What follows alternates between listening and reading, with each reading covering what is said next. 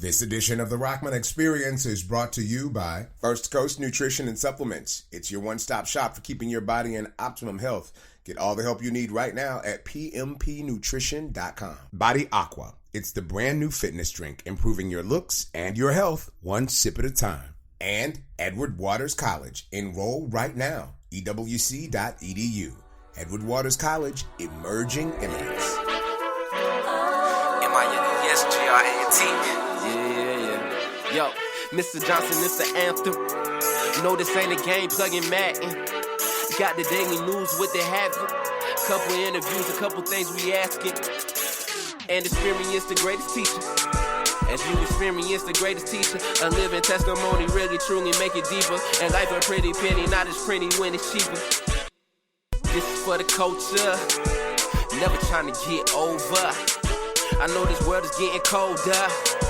I ain't come here to roast ya, so it's what I told you. Rahman Experience, Johnson Experience. Oh man, you curious? Breaking news is serious, but we still laugh and smile. Got them bad laughing now, moving from the left to the right like speakers panning now. Rahman Experience, Johnson Experience. Oh man, you curious? Breaking news serious, but we still laugh and smile. Got them bad laughing now, moving from the left to the right like speakers panning now. I can't do it for the vine, I just do it for the podcast. I stay connected without Comcast. I make them stay like it's on task. I make them stay like it's on task. Keep going, keep rolling with it. So many episodes and I let them know. A lot of things they ain't never know. But we gon' take our time with forever glow. This the Rahman Experience. Everybody, what's going on? It is the Rahman Experience. Welcome to my house. I'm so glad you decided to join me. Yeah, I love news. I do. I so love news, but I also love having great conversations with you, and I'm so glad that you're here in the experience with me. Such a busy news week and busy week for me, period. I am dealing with a whole lot of stuff, but I'm so excited for what 2020 is going to bring. How many of you guys know about Mercury Retrograde? Does anybody know what that is? I'm posting some stuff about it on the Facebook page as well as on Instagram. But Mercury Retrograde is a phenomena that some astrologists say that retards communication. Right? Supposedly that especially I'm a Gemini, so if you're a Gemini, and you may not believe this at all, but if you do, and there have been communication issues with people in your family, then you may need to look at Mercury retrograde, and not just people in your family, people all around. You might want to, say it's not their fault. It's the universe's fault. It's Mercury retrograde. There's so many things that happen. If you're traveling, make sure you check your travel schedule. If you are meeting with people, check your meetings, all of those things. Because if it can go wrong, it's kind of like a Murphy's Law thing. If it can go wrong, it will. This year, Mercury retrograde happens. The last one this year, there were 3 this year. And interestingly enough, the first retrograde of the year, my mother passed away, right? And it was one of those things where everything was just going crazy. But I get it. It was Mercury retrograde. So this year, October 31st to November 20th, trust me, I will not be traveling, signing contracts. Maybe it's all a bunch of hoobity-woo or whatever. But I can tell you this, I'd rather be safe than sorry. So I'm just going to focus and communicate well and show love to everybody. Yeah, that's what we do. All right. The experience this week. Oh, by the way, shout out to the new sponsor, our new sponsor, Body Aqua. Amazing, amazing fitness beverage. Yeah, they were one of our new sponsors this week, so I'm excited to have them on board. And if you haven't tried it, you can catch them online at walmart.com. But Body Aqua, yummy stuff, makes your skin look good, and it keeps your body hydrated. Okay, there is so much more. Today we'll be having our new premiere of Shades and Hues, my conversation with my friend Damien Lamar, who hosts another podcast called Taste Test, and we talked about his dating travels. I went on a tour with him about a recent blind date. We'll talk about it in just a second. And I'll have an amazing conversation with Dr. Marla Brettschneider, who is my new friend from the University of New Hampshire, as we talk about the African-American Jewish phenomena. So much to discuss. But first, the news. Things in Washington this week are in full swing with the Trump administration's impeachment inquiry. Now, the House has voted to move forward, and they've also come up with the rules of impeachment, which will include public testimony. Now, the president is still pretty mad about the whole process, and he's even asking the media to out the whistleblower. Speaking of the whistleblower, an attorney for the administration employee said that the person would accept questions about the complaint directly from GOP lawmakers. Now, there's still no word as if the GOP in the House will accept the offer. The Microsoft Corporation in Japan started a brand new program during the summer called the Work-Life Challenge. They shut down offices on Friday and made that day a part of the newly adjusted weekend. While time at work was dramatically cut, productivity went up about 40% over the same period last year. Now, managers also urged the team to cut down on the time spent in meetings and responding to emails. British actor Cynthia Erivo is riding high after the debut of the new historical drama Harriet. The movie is the story of abolitionist and freedom fighter Harriet Tubman, and it's directed by Casey Lemons. If I'm free, my family should be too. I made up my mind, I'm going back. The movie did pretty well for a period film, opening at about $12 million, and there's already some Oscar buzz.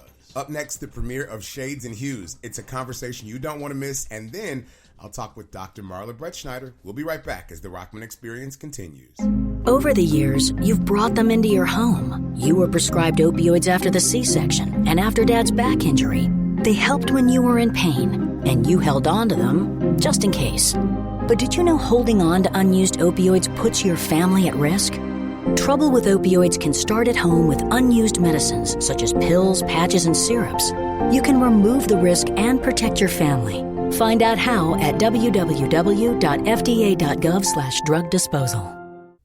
So podcasts are a lot of fun, right? And I have a buddy who does a podcast at WJCT in Jacksonville, Florida, as well as wherever you get your podcasts. So if you haven't checked it out, check him out. Taste Test by Damien Lamar.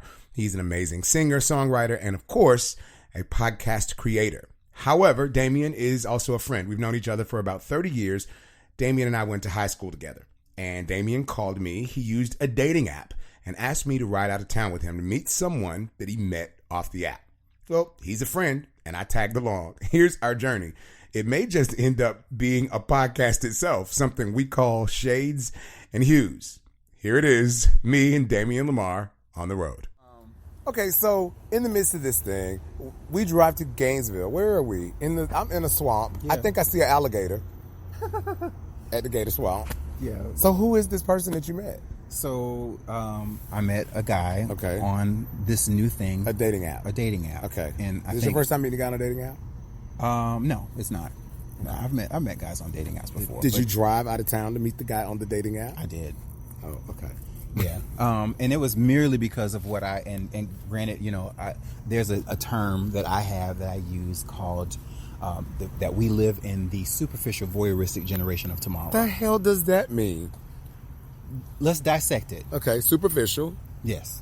Also voyeuristic. Okay. We peer into each other's lives. Only to look at the surface. Okay. And we're a generation of tomorrow. We're individuals that strive, most of us, and they live for tomorrow instead of living for the present. Okay. We just had a conversation about living in the moment of now, appreciating the art of now and the power of now. Okay, what's the rest of the phrase? The superficial voyeuristic generation of tomorrow.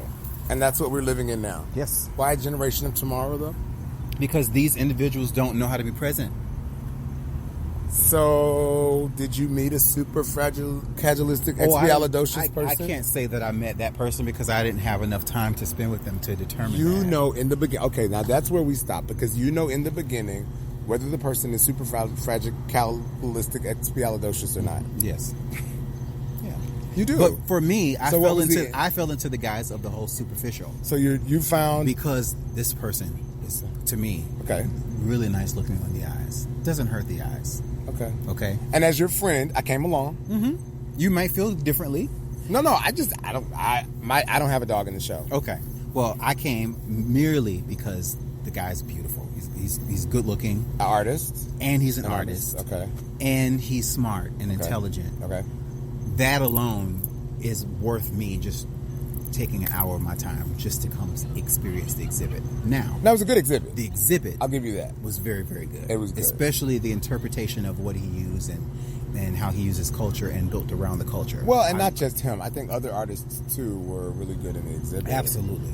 Yeah, like it was Definitely something that was a world-class exhibit, I think. Yeah, there were some great pieces that were there. But did you feel that it was, or you said it was worth it for the exhibit, what about for the emotional connection that you thought you experienced? Has anything changed? I'd like to see him again. Forever. I'm telling you this as your homeboy, as your friend. Are you pressed? Am I pressed? Yeah. No, never that. Okay. I'm never pressed. Okay. No. And if it happens, it happens. If it doesn't, I had a good experience because I live my life for experiences. And I do too. That's what it's about. It's experiences. I appreciate the experience. This satisfaction comes from having the experience. Having the experience. Yes. And I'm okay with that. I think we're both okay with that. Even though you drug me out of my warm, comfortable bed and was like, my brother, I need you to come with me. I asked you to come because I knew that you would appreciate this experience. And you also did not want to drive to meet the online date by yourself. I was going to drive. By yourself. But I didn't want to do it alone. To see the online date? That's what I just said. No, I didn't. That's what friends are for. But so this is true. You're also one of these individuals that I would literally ask with this type of exhibit, knowing that I knew. Oh, I asked you. There was one other person that I had in mind. Okay. And we had never taken a road trip, so I'm like, I ain't finna ask this bitch. Well, we never taken a road trip. Have we? No. But I've been knowing you since high school, so I guess so that's a road trip on its own. long old stale road trip. I know. So the shades and hues that we experienced though tonight were. So there was moments of contrast. The contrast for me, the shade was in the exhibit itself. There was lots of different types of shades. There was lots of lighting that was used in the exhibit, physically and ethereally. When you took, absolutely. Yeah. I mean, so that was great. Yeah. The hues for me, shades and hues. So the juxtaposition of the aftermath, the talking about the exhibit afterwards, and the other conversations with other artists who also had exhibits that at different times that had nothing to do with this exhibit at all. A woman who's getting an MFA, but who wants to be a death doula. Yes, and is wise beyond her years. She understands the importance of a death. Can we just pause of dying? On death doula? Yeah, because I think that's a new thing. I think I'm a death doula. I think I became a death doula recently. I can see that. Although I didn't know it was coming. I think with that, with being a death doula, my personal opinion is that I feel... I don't want to do it as a career, but... Well, and if you did, then it's a great responsibility. Right. It's a great task, primarily because you carry on so much of a burden. And with any doula, there's usually not any attachment. It's definitely purpose driven. I am here for a purpose. Why do you say it's a burden? I don't think it's a burden. Well, not necessarily, because our American society, it becomes a familial burden. Death in and of itself can be a burden to people. That's interesting. Yeah, I don't see it as that, but okay. So it can be burdensome. Yeah. It's a, and I guess I use the term burden. Let's dissect that a little bit. There's some heaviness with death. So anybody that's a death doula has to deal with the heaviness and carrying a weight that is not really theirs to carry, but they are equipped to carry it. See, I don't see the heaviness in death. My sadness doesn't come from the fact that I lost a relative recently. My sadness comes from the fact that I missed the friend who, for the past... But what about transactionally? These years. Let's talk about things from a transaction perspective. Sure. You have a family matters to attend, business things that have to be I'm cool with wrapped up. that. I'm cool That's with. not burdensome to you. No. Actually, because I'm the business guy. I'm the guy that for my family, okay. I'm the guy that everybody's like... But for most people, though, you have to admit, for most people, it is like, ugh. No, for me, this is fun. I'm having a good time in that. My thing is, when I'm doing the thing, I want to pick up the phone and be like, oh my God, Mom, guess what happened? And I can't do that. Or I can't take a picture of the Walmart woman and send it to her and be like, look at this. Hot mess. The Walmartians. Walmartians. Oh, that's a whole new term. That's another story. We have to have a conversation about that one. The Walmartians. The Walmartians. I mean, it's a whole, like, you got to go to Walmart like at 11:57 at night. No. 10. I refuse. Yes. I refuse. Oh, you get good stuff at Walmart. Okay, so we're talking about doing a new podcast called Shades and Hues. I'm Rahman Johnson. And I'm Damien Lamar. And Shades and Hues is going to be all about the differences of opinion. Damien and I could not be more different. And then in the same breath, we could not be more alike. I mean, and so the shades and hues of us as black men living in America present something different. This is the pilot to our brand new podcast show. Hope you'll check it out. It's Shades and Hues. And we're not going to always agree. Let me just put that in there. We'll be right back.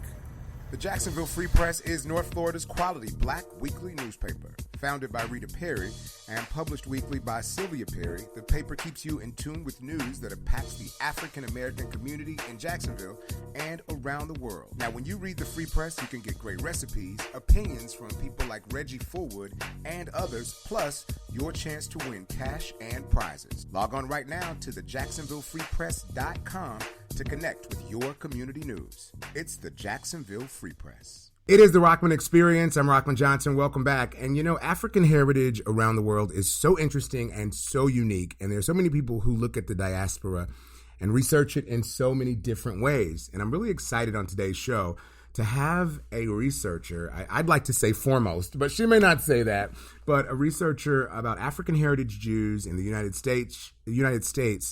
What a rich and vibrant history they have. And she also talked about Judaism or as the new term I've learned, Jewry, which I'm going to ask you about, Jewry in sub-Saharan Africa. But I'd like to welcome to the Rahman Experience Dr. Marla Brettschneider. Thank you. It's so great to be here. Thank you, Rahman. I am excited to have you here. And there's $1 million question. I think it's the biggest question I can ask to start out because you've done some really extensive research in Jewry around the world. And I want to talk more about it. But the first question is, what's a Jew? That's the big one. Well, that could go on for millennium. We could be talking about that one. Sometimes you could define that in terms of different times in Jewish law, how that was understood. And in the United States today, mostly we would say people who are just, you can self-identify if you're making a Jewish life in communities with other Jews. So there are some formal terms, and then there's a lot of flexibility. So it kind of depends on what you need and who you need to be in community with. And the question that I asked yesterday, you and I were in a conference that you were speaking at, which was packed. It was standing room only, literally. So it's a great thing to see that people were that interested. And, you know, I found out through one of those DNA searches that was a gift from my mom that I had some Scandinavian Jewish ancestry. So can someone, as long as they self-identify as a Jew, is that something that is, can I just say, yes, I am? And does it matter if I practice or if it's heritage? And because we had a great discussion about it in class yesterday. Is it more practice or heritage? So, and it's also, it's community orientation. So you can be Jewish by lineage in terms of blood relatives. But from ancient times, that's never been the only way to be Jewish. There were always converts and people who mixed in the communities, different kinds of categorizations and groups of people who either went through a version, even in the ancient world, of formal conversion.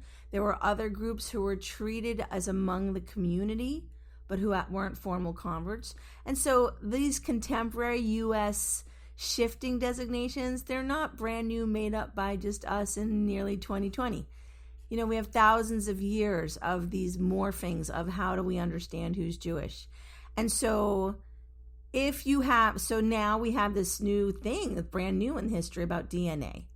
Okay, so that's a whole new set of questions. Wasn't available, of course. Exactly, right? So that's even 100 years ago. Exactly. Yeah. It's gorgeous. So it brings up all sorts of new, really interesting questions about what does that mean. For the most part, I'm kind of in the general camp of saying, what is it? What are your interests? Do you want to be knowing more about Jewish life and Jewish history? There are formal ways that you can convert in traditional communities. And then we have lots of people, just like in the ancient days, in our midst who maybe choose not to do a formal conversion, but who make Jewish lives. So many people are in blended families. People can be adopted into Jewish families. They don't have a blood lineage. They can convert. They're in blended families. And so you may not be Jewish and you make a Jewish family because that's what you're making. So I think we can talk more in detail another time, but the DNA is really become an interesting spark for so many people that I think brings up these great questions and conversations. And I'm not going to tell you if you can say I'm Jewish or not. It's more the question of, well, you can say I have this DNA, but actually that's just not my thing. I'm a Muslim. I'm delighted that someone found this in my DNA. But here's what I identify Exactly. with, yes. Or you can say this has sparked my interest. Maybe I didn't know that much about Jewish things. Maybe I want to know more. And so there's no direct, unlike a little bit in Christianity, there's no specific profession of faith in order to say one's Jewish. There's no things that you have to do. There are things one could do in a profession of faith. There are practices and following religious law, but there's no requirement for any particular acts or profession of faith. Jewishness historically is more like a civilization or a community or a peoplehood. And so there's a lot of different ways to define who are the people of Israel. There's not one way. DNA is brand new, but there's lots of ways. So I noticed, or not even noticed, it was great. It was so beautiful that you talked about in your presentation Jewish people that were Jews. And wait a minute, the word Jewry, before I go into this question, I always thought it was to be Jewish or to use the term Judaism. I've never heard of Jewry before. So where does that come from? And how do we determine Jewry as opposed to Judaism or Jewish practice? Excellent. So I think Jewry would be a way to describe the people. So you can think the people of Israel or the people. I like to talk about the peoples of Israel because there's so much diversity amongst the people of Israel. So Jewry might refer to American Jewry or global Jewry, and you're talking about the whole large phenomenon. Judaism, and Jewishness and Jewry they're not necessarily organized around specifically a religion. Religion actually is a Protestant invention in Germany in the 1800s. So in the United States, when Jews are called a religion, that's actually a kind of colonialist imposition on a community that doesn't understand itself that way necessarily, but that's how we can be seen and recognized in the United States, mostly Protestant U.S. So there is a religious component, of course, in Jewry and Jewishness, and is important for many people. But I would say in contemporary terms, to use the term Judaism would refer to the religious practices. And then you could be Jewish, you could be culturally Jewish, you could be secular, you could be atheist, all those things. You don't have to be religiously defined. Most U.S. Jews self-define as Jewish in all the contemporary studies, etc. They're happy to self-define as Jewish, but they actually don't define Jewishly religiously. Wow. Because that's not necessarily the way Jews understand ourselves. That's a Protestant concept. It's interesting. I was involved back in 2000 with Joe Lieberman, who is probably one of the most famous Jewish Americans we know. And he was religiously observant. Oh, my word. No, I know for a fact. I helped him. I was a delegate to the Democratic National Convention with he and Senator Gore at the time. And I brought Senator Lieberman to my city. And he would not stay in a hotel. He would only stay with an observant Jewish family on the Sabbath. He would only, one of the most observant people I know. And in my mind, during that time, I was pretty young, I kind of understood. I had been to Seders and had really good Jewish friends. And so I was very respectful of those things. And then it shocked me. I was out with another Jewish friend years later. And so I'd worked with Senator Lieberman, and it was a lot to make sure his schedule focused on all of the things that needed to be done for his observance. And then I had another Jewish friend, and we were at a meeting, and this guy was one of the execs at a company I worked for, and he ate a piece of bacon. And I was like, and I literally wanted to, I was like, oh my, I'm like, are we all going to hell now that you've eaten this bacon in front of me? And I know everybody has their construct, but, and I'm sure in any religion or any community, there are people who are going to say that this group or that group who does this thing is more centric to the community than the other. But I think it's so beautiful, though, within that Jewish tradition, there's so many practices. Exactly, because it's a culture and a community and a history. I mean, even actually when the words people use when we're going to convert right, is you actually say from the Bible, from Naomi and Ruth, your people will become, you don't say something about faith and you don't say something about religious practice. You say your people will be my people. Back from Naomi and Ruth in the Bible. And you're actually asked, are you ready to, basically, I'm going to paraphrase, sort of cast your lot with the history of the Jewish people. It's a history. Not it's a standing in, right. And of course, many people will worship. So there are plenty of people who are observant, just like Lieberman and etc. But that doesn't necessarily define Jewry, and certainly in the United States, about not even probably more than 10% of U.S. Jews. There's about 6 million or more Jews in the United States, a very small number, okay, but amongst those of us, only about 10% have that component like Lieberman. Lieberman also has the cultural components, but in terms of that religious observance, it's only about 10% of American that Jewry are strictly that follow devout. those particular kinds of religious laws. The rest of us, happy to identify as Jewish and arrange, I'm not going to eat pork, but I will make a phone call on the Sabbath, whatever. Because for me, it's about connecting. Yes. So if I need to speak to my cousin, my sister, or my cousin, because to me, Sabbath is a family time. That's how I'm going to adjust. Absolutely. I'm going to call someone, right? That's the way I have to do it in modern times. I'm going to call them and say Shabbat Shalom or Good Shabbos. Yeah. So about 10% would follow what you're saying, those kinds of religious laws. But again, even following those religious laws, that's not the end of their Jewishness. Their Jewishness is also situated in history, about culture, about language, about community, finding meaning, those kinds of things. So in the United States, there's so many, we talked Sammy Davis Jr. during your talk, Lenny Kravitz, who is his mother, Roxy Roker from the Jeffersons, and his father, a music producer. His wife, former wife, her mother was Jewish, Lisa Bonet, and her father, African-American. And then, of course, Zoe Kravitz, the new Catwoman, who's also part Jewish.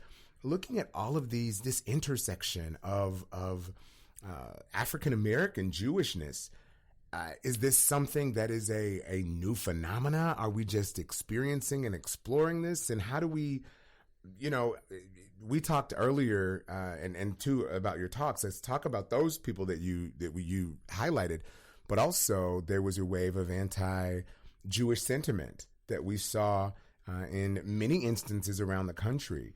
Does the work that you do in researching and connecting African American and Jewish communities and letting people in to understand Jewishness, does that help to rid us of that anti-Jewish sentiment?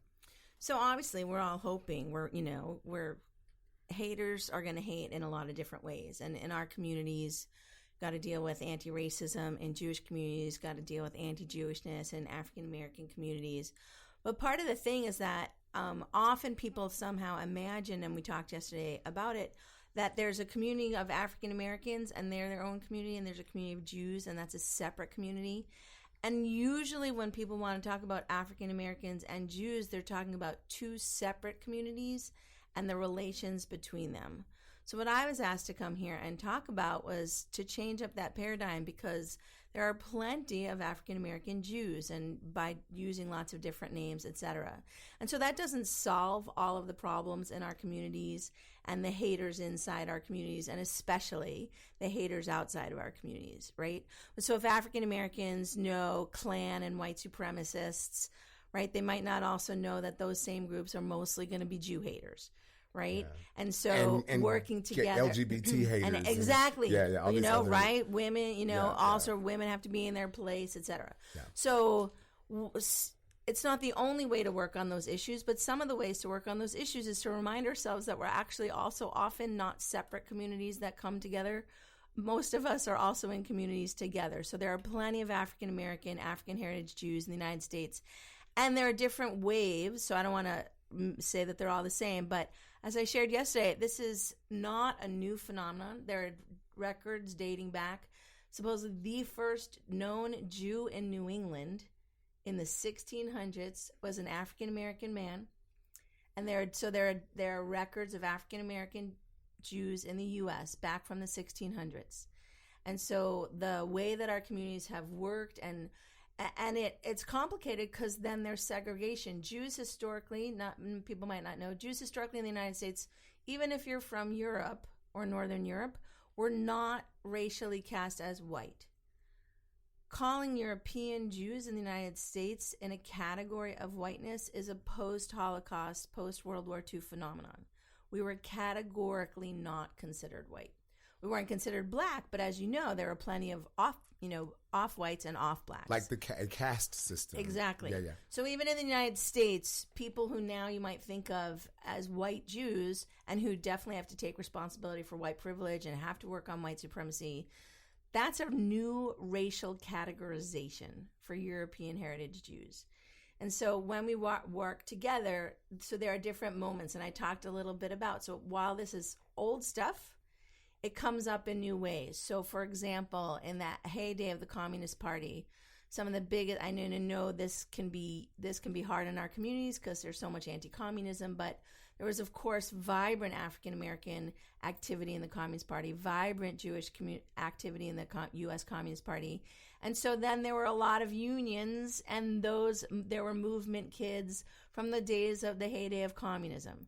And then we talk about, so I was giving folks some examples of folks today that they might know, like Zoe Kravitz, etc. Yeah. But then we also had the movement kids from the 60s, because there was I'm not saying Jews aren't racist or whatever, but there was a disproportionate amount of Jews from the North, or Jews in the United States, or Jews of European heritage, sometimes you can call them white Jews now, active in the civil rights movement. Yes. And so, not that everything's fine. There were definitely problems, but there was such a high percentage of overlap of people working on justice together. So then there's going to be new unions. So when you're talking about blended families, those kinds of things, we talked about Rebecca Walker's daughter. So a lot of the folks that are luminaries in the African-American community actually may have Jewish African-American families. It's funny that I have a dear friend who she lived in Jacksonville for a while. She's now living in Miami. She's a diversity consultant, Shavara Oren. Well, her dad is James Bevel, who is one of the civil rights leader, marched with Dr. King, did a lot of work. Her mother, a white Jewish woman. Right. And so, we gave lots of examples. Lonnie Guinier. A lot of folks that you might not know about. I gave a dear friend, Carol Conway, has done this award-winning book on African-American women's intellectual traditions. So important to the history, reviving the history of African-American intellectual traditions, particularly women. She's African-American. She's known as an African-American. She's an African-American Jew. So lots of our African-American, a lot of our Jewish leaders are also going to be African-Americans. And a lot of the people we know as African-American leaders, not everybody knows a good number of them are going to be Jewish. Are Jewish. I want to take it back. I do want to talk more about your research, but let's go with you. A lot of times we get a chance to hear about the research that people have done and all of the great things. And we're going to talk about some of the things you've done around the world. But you were born and raised in New York, and you were born and raised in a Jewish household. Yes. Tell me about your upbringing. So New York, I sometimes joke I still have one foot off the boat. My parents, so I'm definitely born in the United States, all good. My parents are the first generation born here. So it's my grandparents who were fleeing pogroms, state-sponsored massacres in Eastern Europe. Mm-hmm. Took them a long time. Eventually, those who survived made it here. This is pre-Holocaust. Any of my European relatives who didn't make it out before the Holocaust, all killed in the Holocaust. So my relatives come from just before they closed the immigration gates in the 1920s. Okay. My grandparents came right around then, like around 1920, fleeing these pogroms. So they're basically refugees. What part of Eastern Europe were you? Oh, we run the gamut. So we got Russia, Romania, Poland. I remember you talked about, what did you say yesterday? Transylvania? Exactly, Transylvania. Because the borders changed all the time, the Austro-Hungarian Empire. So my family wasn't formed in Europe. They all met as refugees here in the United States and had settled in the Lower East Side, settled in Brooklyn, whatever. And then my parents were raised in the same neighborhood in Brooklyn and met each other in high school in Brooklyn. And so I'm raised from New York. I forget. So what do you want to know? No, just about you, like coming up, because I want to get to this point about how did you go from that leap to raised in a traditional Jewish household in the community, and then you go to that leap saying, I want to do this kind of research. This is so interesting to me, because a lot of times we don't get a chance to really uncover our roots and know about that. So tell me more about your upbringing, and then I wanted to take it. How did that get from saying just a cool Jewish girl in New York? I mean, because you could have been a Madonna, you know? I mean, you could have just been you know what I mean? You could have done so many other things because New York, in many places, and this is a joke, of course, is the center of the world. Some say. But we could have done so many other things. But what was it that took you through that childhood to get you into saying, I want to research this? Right. So any family member of mine might have their own story. What I can say we say in Hebrew, al regel echad, on one foot. So born in the 60s in New York City. So of course I'm happy to like rail about my family and say how conservative they are, etc. But New York Jews, for the most part, when you put them on the spectrum of the United States, I can think of them as conservative, but they're definitely mainstream to left. So my parents weren't activists, they weren't educated, but they were absolutely pro-civil rights, anti-Vietnam War, all sorts of things that you would expect. So things that I might have thought of conservative were not conservative in the country, right? So that's the norm that I grew up in. That would be the expectation. So I was raised with an orientation of justice politics, about caring about the people around me, and that was the norm in my Jewish communities. And again, not that there weren't sexists and racists and all sorts of people and homophobes, but the general orientation was a justice orientation, and that's how you are in the world in terms of kindness in a personal way, and that's how you are as a community doing justice work in a systemic way.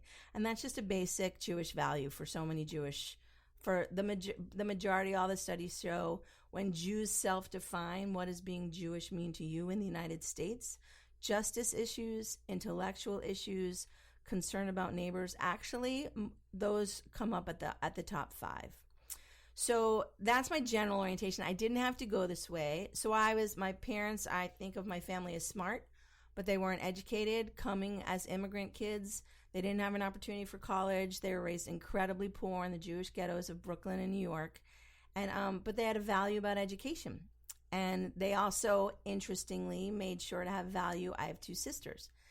They aspired, if they were moving into the middle class, they were hoping all 3 daughters would go to college.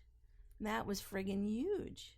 Back at that time, yeah. Exactly. Yeah. Me and my sisters and women all went, exactly. Well. Yeah. Me and my 2 sisters all went to college. So of course I went to a state school, we worked, whatever. We made it through. We were sort of middle class, but we were not wealthy. I went through a public school education, public school college. And in the process along the way, my justice work took its Jewish overtones, and that still was Jewish diversity justice work. So it's definitely not inevitable that I would have done this. Yeah. But the path of becoming kind of doing this funny thing, becoming an intellectual, since I'm first generation college, my family doesn't exactly understand me, but I am definitely loved and respected, and that is a great model for families. Yes. And to have moved from first generation college to then go on and get a PhD. I mean, who would have thought? What are your sisters doing? My sisters both got their college degrees, and they both work in one is good with numbers, and she works in small companies and does all, I don't even know. Number stuff. Something that the other one, exactly. Yeah. The other one studied special ed, and after a while couldn't really afford it, so she does educational stuff in more corporate settings, but still a commitment to education. So they're both white collar workers. They didn't go on into sort of more intellectual stuff that I did, and as different as we are, again, I still incredibly feel respected. They know I'm here. They ask me, how'd the talk go yesterday? All good things. The closeness of the family, exactly. Which is a tenet of the Jewish practice. Exactly. And so you don't necessarily always have to understand, you seek out colleagues and friends for certain things. Yeah. My family doesn't exactly get what I do. They will, of course, if I explain it to them, but mostly they know how to treat me right and respect me, and I feel loved, and they get to just send me off in the world to meet folks like you. And speaking of and thank you for that. Speaking of going off in the world, you've had a chance to do some of this work internationally and some research. Where's the most exciting place that you've found something that you didn't know through the research that you're doing? So for a long time, the way that I was doing it, so I'm trained as a political theorist, and I started to do more of that diversity political theory, looking at power dynamics and systems and structures in a Jewish context. Mostly it was basically still U.S. based, because most education in the United States, we just focus on ourselves. So it was mostly U.S. based. But I also, as an activist, had a lot of experience in Israel, and I'd been long involved in the Israeli peace movement. And that, anyway, and so in that work, I began doing this Jewish diversity work, looking at feminist, queer, race, class work in a Jewish context, because lots of folks are doing critical race theory, feminist work, etc., and they're not necessarily integrating Jewish amongst the diversity in those things. And a lot of great folks are doing Jewish work, and they're trying to do feminist and critical race work. And for some reason, a little hard to say, but somehow I was able to bring it all together. And so I had a little bit of an international, just because of experience in Israel, but that wasn't the focus of my scholarship. But it was doing this diversity work in which I was doing, so some people would say, looking at racial diversity, or as a theorist, you could call it critical race theory. Yes. I was doing Jewish critical race theory. And then through that, through a funny set of coincidences, I found out and I got involved in some scholarly work that was going on in sub-Saharan Africa. And so my career has been about 30 years of doing this kind of Jewish diversity work. And the last 12 years, I've added to that profile, because yesterday's talk was African American. Yes. But the work that I was able to do in African Americans was mingled with the fact that for the last 12 years, I've been spending this time researching and getting to know folks across every region of sub-Saharan Africa, engaged in what I call a Jewish or Jewishly related phenomenon across sub-Saharan Africa. So sometimes your career just takes you in these directions, and you meet some new people and you get to ask brand new questions. Which is the beauty of academia, because exactly. and people Someone pays me to get to ask questions. I get to pay my rent by being interested in the world. That's why I love being a journalist. Well, I can't even put it for me. I don't look at myself as an actor or a journalist or a professor. I'm a storyteller. And sometimes my stories are told on stage, sometimes on TV, sometimes on the news, sometimes in a classroom. But I tell stories. And so, like you, I'm collecting these amazing stories to pull together. And it sounds like that's what you're doing as well. I wish I were a better storyteller. You're much better at that than I am. But I do what I can, because it's amazing. You have to share. You have to talk to people. Absolutely. And that's what gives me the life of it. Let me ask you about, I was doing some research in preparing for your talk on yesterday, and I noticed there was at one point, I think the numbers were over 100,000 Jewish people living in Egypt, where today that number is, I think they said less than 1,000. Yeah. It's not even, and it may, and I may be being We're liberal saying that. Absolutely. So why is that? Because there was a very thriving at one point, and not long ago, I mean, as late as 100 years ago, there was a thriving Jewish community in Egypt. I mean, we're talking about literally, I think the numbers were 80 to 100,000 Jews, and we're talking like 100 years or so ago. And now the population is less than 1,000, and they're in the hundreds, and it's shrinking, and especially in that northern horn of Africa. What is it that caused the Jewish phenomena to dissipate, even though it's still one of the world's major religions? Absolutely. Thank you. So in the ancient world, there were these two major dispersions with the sacking of the ancient temples, and then most Jews were sent into dispersion, and then they came back. Even when there were Jewish kingdoms in the ancient world, or what we call ancient Israel, there was still a diaspora, and there were trade routes, and so especially going into what we call the Middle East now, Saudi Arabia, Yemen, etc. And then of course there's not really that much of a distinction between what we call ancient Israel, that land, and northern Africa. Yeah. So the trade routes went west, certainly through northern Africa. And so there's large ancient Jewish communities not only in the Middle East, in Lebanon and Syria, Iraq, Iran, but there's large ancient Jewish communities all through Egypt, Libya, Tunisia, Morocco, and Algeria. Okay. So Egypt is one great example, and some of us know some of these things from the Bible because of the went down in the famine and who stayed and all of that. So there were still these thriving communities all through the Middle East and North Africa. Mostly that changed, and also the experience of Jews, they were technically second-class citizens, but a lot of people like to contrast the experience of Jews in Muslim majority countries historically, very different from the experience of Jews in Christian countries. And not that it was always pleasant, but overall, there was a lot that was a lot easier on Jewish communities from the ways that Muslims organized their sub-communities than the kind of anti-Jewish, anti-Semitic experience that Jews had when they moved into Christian Europe. So these were ancient, thriving Jewish communities, like you said, until very recently. Yes. And so I have a new project on Muslim-Jewish cooperation during the Holocaust and today. I'm mostly focusing on North Africa. A lot of people don't know about so much interesting work going on between Muslims and Jews in North Africa with these ancient, rich communities. And because almost all of the North African countries during the Second World War were colonized countries, right? What happened then after World War II with the creation of the State of Israel that shook up things in the Muslim majority countries and in the Arab world.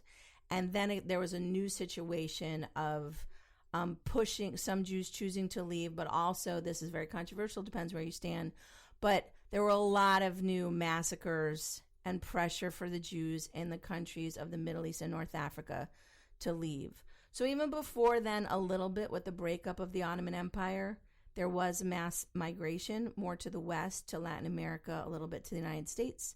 But then once there was a creation of a State of Israel in 1948, there was a whole new round of massacres and difficult situations. So it wasn't just people leaving; people were being pushed out. And so interestingly, the Jewish community in Iran actually stayed a little bit later. So there's still a few more. Of all the places in the world, Iran? Because Shia Islam was a little different in Iran. Yeah. But so mostly the most recent wave of these diminishing communities comes post 1948, early 1950s, of a reaction. A lot of it actually was fueled as the way the Cold War worked out in subsidiary satellite nations. And so even though the Soviet Union, most people don't know, was actually the first country to recognize the newly declared UN established independent state of Israel.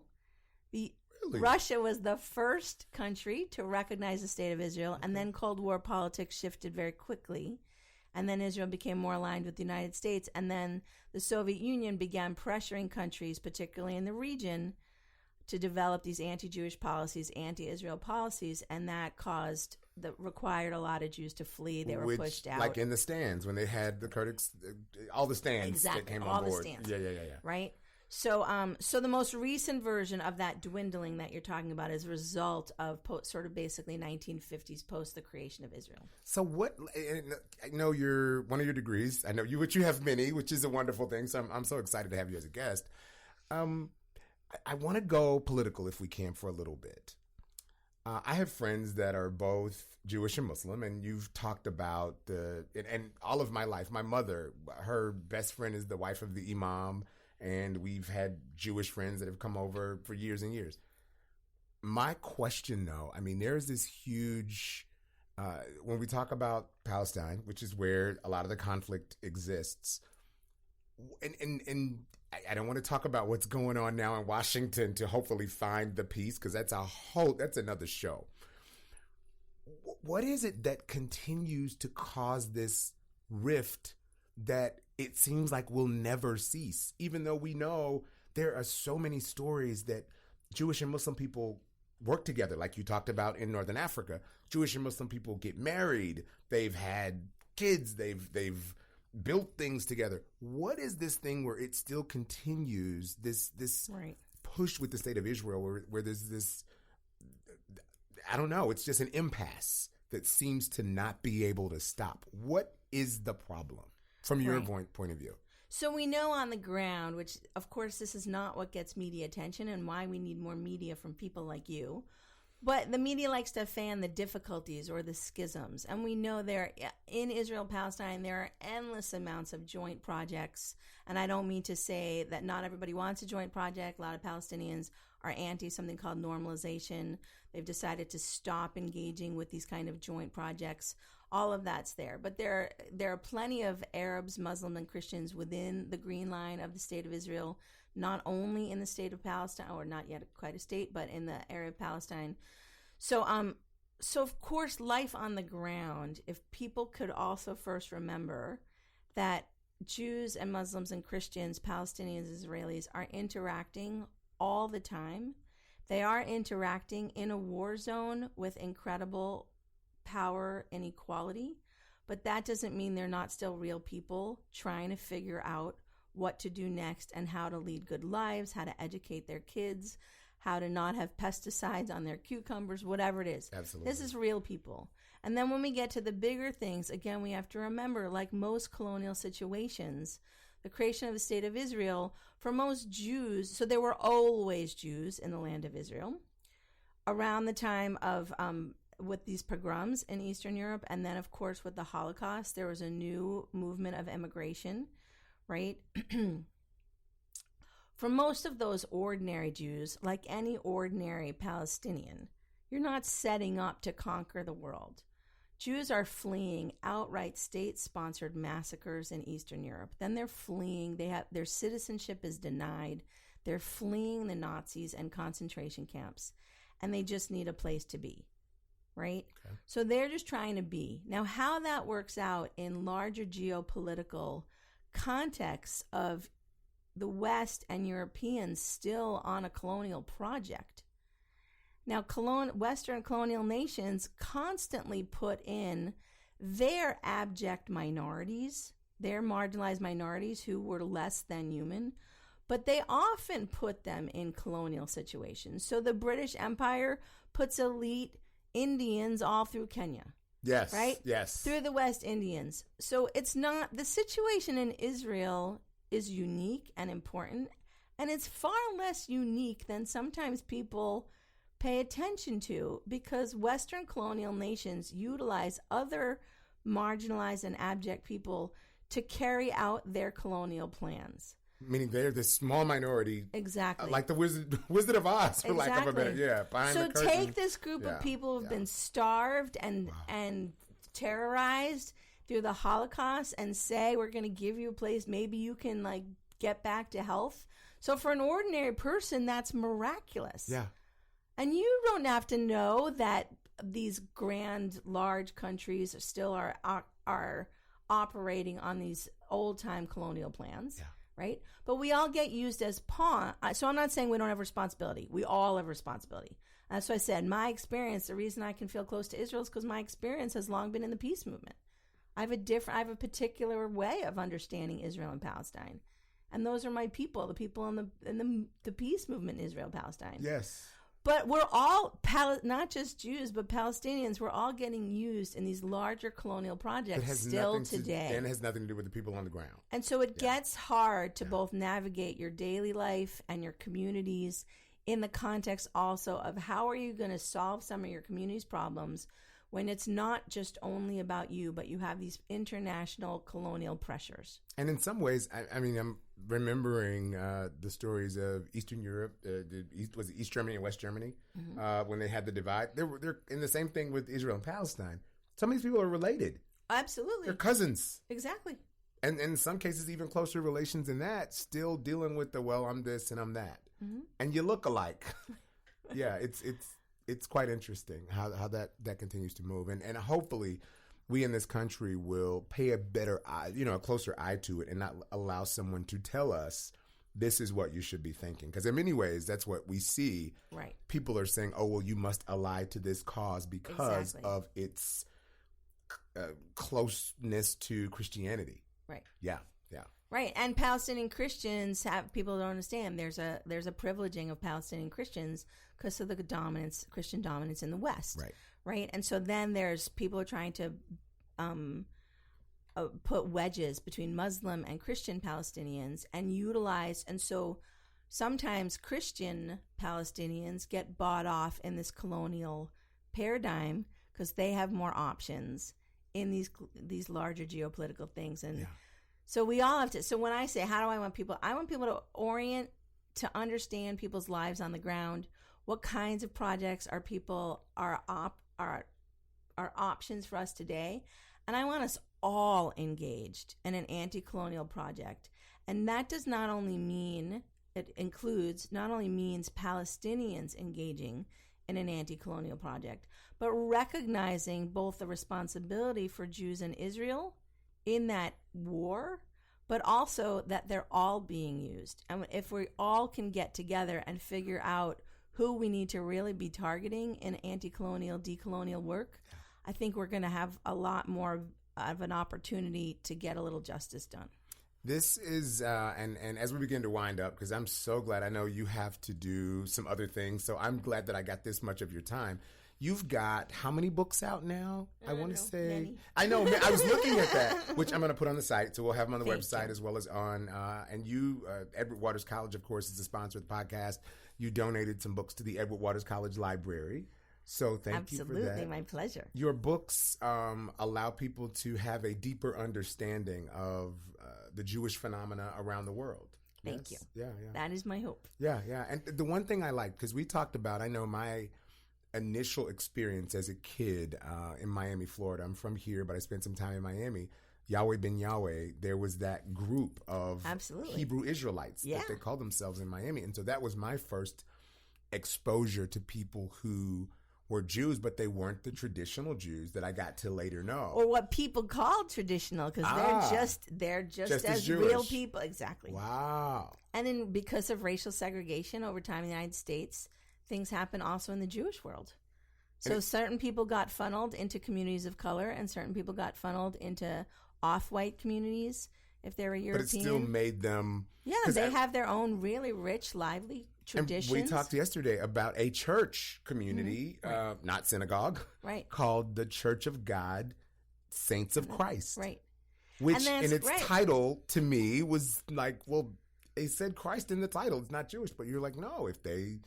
they understand themselves in a particular way, and it's not for me to say don't understand yourself that way. And as I tried to make sure we can all understand, we're all operating on this ground taken from indigenous people on this land in the United States that's become Christian dominant. So we're all navigating of how to do our thing, in my case, how to do our Jewish thing in a Christian dominant country. And so some communities are going to adapt and adopt different aspects of Christianity. I'm not walking around I don't look like I'm walking in ancient Israel, right? I've assimilated in my own ways. I'm wearing pants. I'm not wearing sandals in the desert, right? So we're all navigating of how to live our Jewish lives richly and vibrantly and find meaning. And we have to do it in different ways because we also, in this Christian dominant country, we're also in a white supremacist situation, which segregates us. As we wind this thing up, what's next on your thing? Like, as far as, is there research coming up, a new book? What's next on your agenda? So the book I'm trying to finish now is on what I call Jewish feminist political thinking. In my mind, it's called Revolutionary Legacies. And taking a bunch of folks who people might not read, maybe you know they're Jewish, maybe not, but folks like Jamaica Kincaid, Afro-Caribbean writer, folks like Frida Kahlo, Mexican painter. Frida Kahlo was Jewish? You got it.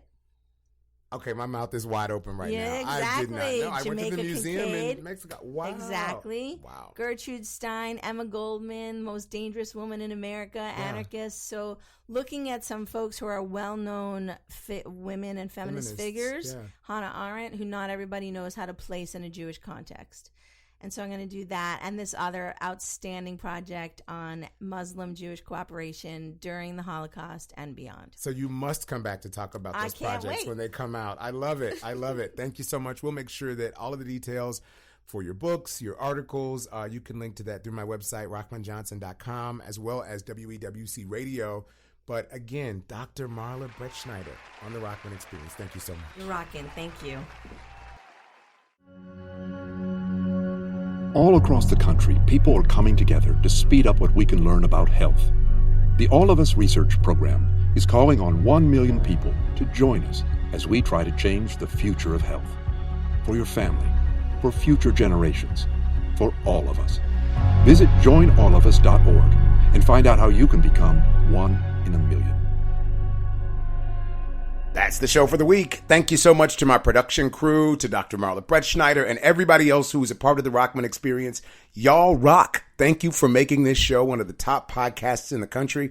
There is so much more to come. Can't wait to reveal to you who else is coming on the show this season. We're looking forward to it. Do me a favor. Make the rest of the day and your life absolutely amazing. All you got to do is do it. Y'all be good. Until next time. M-I-N-E-S-G-R-A-T.